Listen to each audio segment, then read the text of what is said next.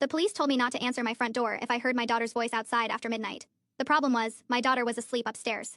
At least, I thought she was. It started 3 weeks after we moved into our new house. Single mom, fresh start. Small town in northern Oregon. My 8-year-old daughter, Chloe, loved the place immediately. The backyard had a tire swing. The neighbors brought cookies. For the first time since my divorce, life actually felt manageable. Then Chloe started asking strange questions.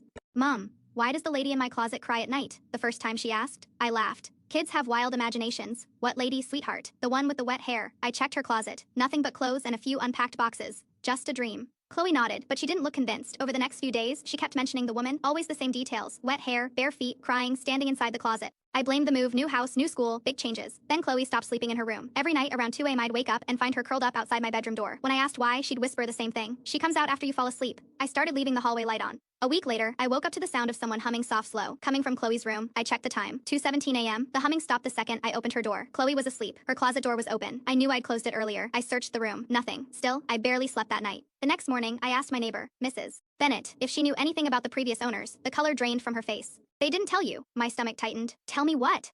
She glanced toward Chloe, who was drawing with chalk in the driveway. The mother who lived there before you had a daughter about Chloe's age. Something cold settled in my chest. What happened to them?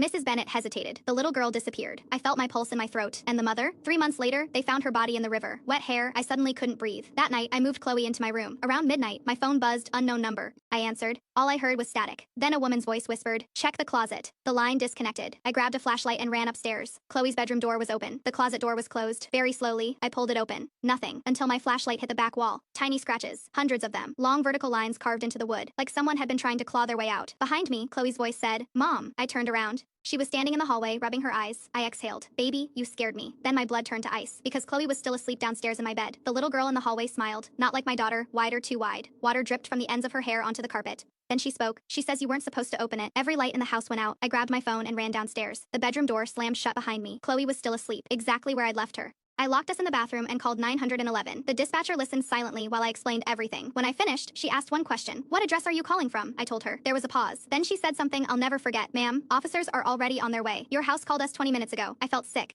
Who called? The dispatcher lowered her voice. A little girl. I looked down at Chloe sleeping in my lap. She said her mommy finally opened the closet. Then the dispatcher asked me something that still keeps me awake at night. Ma'am, if your daughter is with you, who's standing behind you?